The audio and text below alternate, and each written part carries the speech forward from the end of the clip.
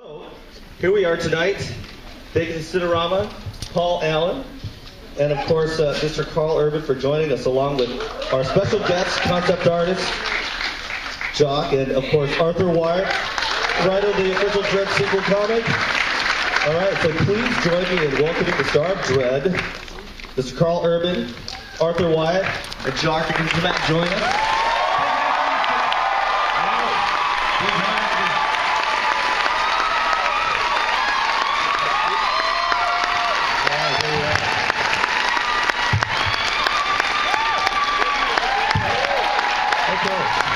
So I'm going to come down and sit over here.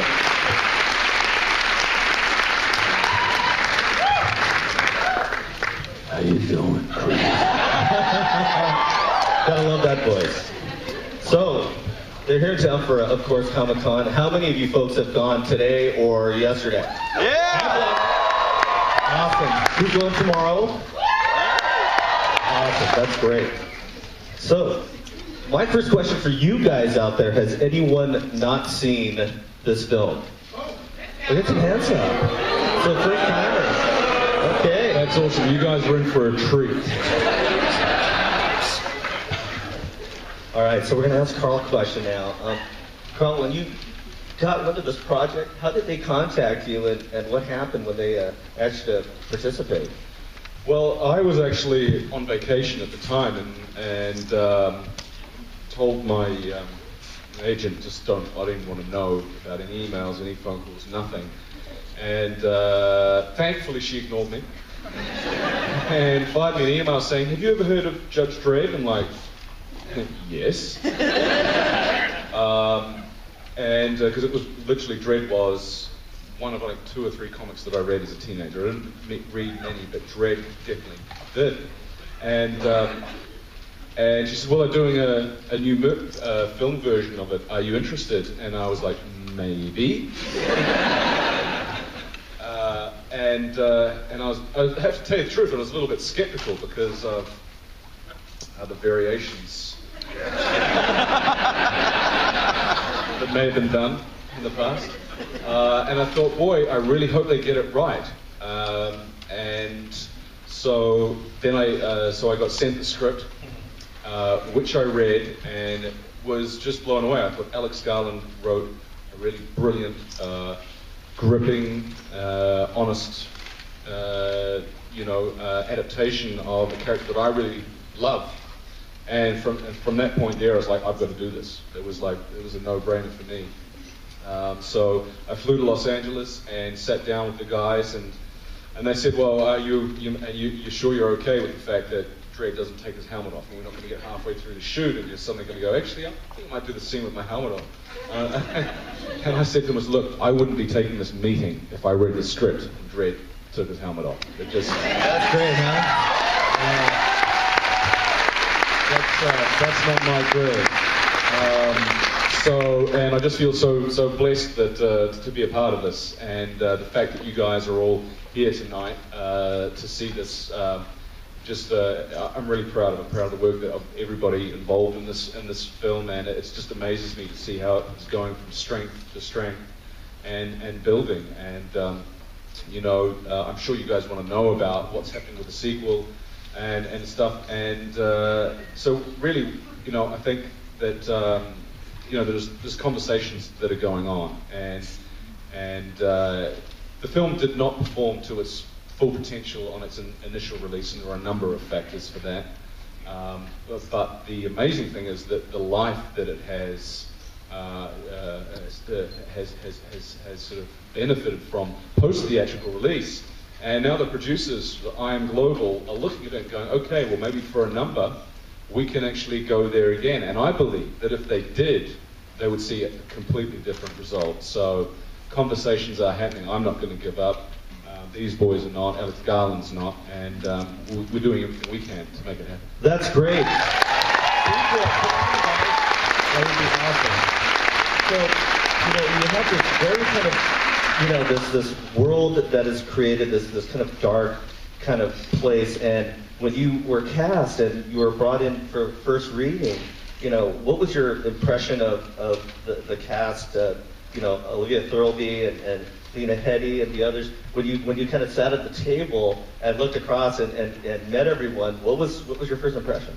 Well, we didn't actually have a table read for it. The process was one of actually a matter of sitting down with Alex Garland in South Africa and going through the script page by page. And I was very much an advocate of taking lines out. I was like, no, Dredd says less.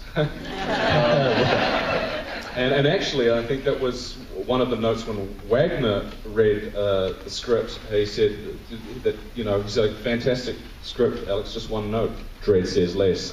So when I said that to him, and I said, we're going to cut that out, he looked at me, Alex looked at me, and he's like, yeah, he knew that we're on the same page. And so it was very much a matter of just refining the dialogue, and it's a character, for me, is a character about economy. And there's kind of the character's imbued with a certain wariness and a cynicism, and he's a bit beaten down. And even though there's a younger version of the character than what he's come to be age-wise in the comics, I think you get to see the beginning of that. And that was a huge challenge. Obviously, how can you convey emotions and aspects of character like fatigue, with just using your chin. And it was a huge challenge, and it was very difficult. But through a process of trial and error, we found what worked. That's great. And so that was the thing. Your face is never seen in this film, and this has got to be the first one that you've done. I mean, you've done films, The Lord of the Rings and others with period costume, but with this, we never get to see your face. So now, Jacques, when you were creating this concept for the film and the design, how did you bring all that together? My main goal was that we didn't see Carl's face. Yeah. For those that don't know, I worked on the Dredd comics. I grew up reading Dredd, similar to Carl and Arthur, and hopefully a lot of you guys. So I was kind of a fan first, and when I heard my background for getting into film was that when I heard it was greenlit, I'd been doing some concept work for another movie, and I did like 3 paintings just for my own kind of, I was in that zone, and I thought I'd make a Dredd movie, and this is what I think it should look like. And one of them made it online, and to my horror, it was kind of, it was a news item that this was official concept art from the movie. Wow. Oh my God, this is not good. But the really interesting thing is that, every news site reported it.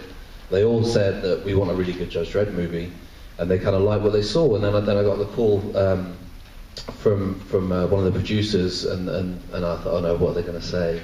They said, well, we saw what you did, and would you like to come and work on the film? So that, sometimes you make your own luck, I guess. But in relation to specifically designing Dredd for this film, it was a case of choosing. Like Dredd in the comics it could be a horror story, a comedy, a thriller, whatever it is. But this movie was about making a very lean, grim, urban action film. And so the things like the uniform and the helmet, and I had to reflect that. There wasn't a whole lot of kind of spandex. But really, that kind of slightly pompous, kind of larger than life thing. That this wasn't about that. This was about boiling it down to what would this guy be like day in, day out, in fist fights, in those kind of situations. So. And it transcended so well, so brilliant, all of you. And Carl, the costume and stuff, we often hear that it's not very comfortable to be in costume for long, shoots. The helmet and everything else, was that problematic in any way? Yeah. It was. Firstly, no offense to anyone wearing spandex today. You look fabulous. You know who you are. Look, the uniform was a bitch. I won't lie. It really was. It actually, the great thing about it was that I was in pain from the minute I put it on. And but it was good for the character. It was good for the character. Extra surliness with the spandex. Yeah, It was, and you know, and we were shooting. We were shooting in a, you know, what do you like, 84-degree South African summer heat, and I'm wearing leather and a helmet. And every aspect of my face, every aspect of my body, bar the chin, is covered up. And but I tell you what, it was worth it. It was worth it for driving the Lawmaster down the streets of Cape Town, fast, past the South African cops who are blocking the road off. So, for those of you who haven't seen it, there's a scene where he's riding Lawmaster, it's this motorcycle. Now, you did all of the stunt stuff for that entire shoot, which is incredible. It was a bar. I can't take entire credit. There was a couple of shots they had to do in Joburg that I did not do. But yeah, it was important to me. It was important to Alex that we really see Dredd in there, and so consequently, I just went on a sort of, you know, learn how to ride it, and it was a beast to ride that bike. Not easy to turn, but so much fun. Now, Arthur Wyatt, as a comic realm person now, and you're doing this, the things that are incorporated from the film and of course the original, you know, 2000 AD work, what is it now that you're up to with the comic? So we already had the first. Sorry. There we go. Yeah, there we go. Can you hear it? Okay. Yeah. So Dredd Underbelly was the first comic book sequel. It's essentially a sort of 1 year later continuation of what we saw in the movie, and I've written the comic book Dredd before. For this one, it was almost less a matter of sort of changing it, so much as just toning down some aspects and ramping up some others. So the sort of wacky stuff, the sort of aliens and monsters, that kind of tones down a little because that's not really part of the movie world, whereas the sort of grit and crime edges up. So it really was the same thing, but with some aspects amped and some things brought down. Okay. But still very fun to write. That's great. Now, comic book fans, raise your hands out there. Okay, so you guys know what I'm talking about. So the character that you bring to life, the voice, you know, of course you do such great, you know, work with your voice. Was there anyone you were channeling a little bit when you decided to do the character? Well, not particularly. Well, the research that I did really kind of folded into a couple of things. You know, reading about, you know, the original inspiration for John Wagner was obviously Clint Eastwood's, you know, Clint Eastwood, yeah, Dirty Harry and stuff. But beyond that, through reading the comics, I found a description of what Dredd's voice sounded like, and that it was described as being like a saw cutting through bone. So I went to the butcher and I bought some bone. Wow, what kind of grittiness would that take to get that going? So, as far as the likelihood of the sequel that is coming together and things like that, what would you, you know, if you were to tell the fans here, kind of if there's any kind of timeline that we might have for that? I don't know. I've resisted the urge to contact Alex Garland because he's been deeply entrenched in finishing his first official directorial effort, even though he directed the movie you're about to see.